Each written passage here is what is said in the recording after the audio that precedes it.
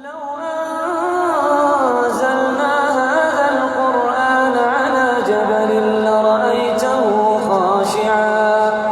لرأيته خاشعا متصدعا من خشية الله وتلك الأمثال نضربها للناس لعلهم يتفكرون. هو الله الذي لا إله إلا هو عالم الغيب والشهادة هو الرحمن الرحيم.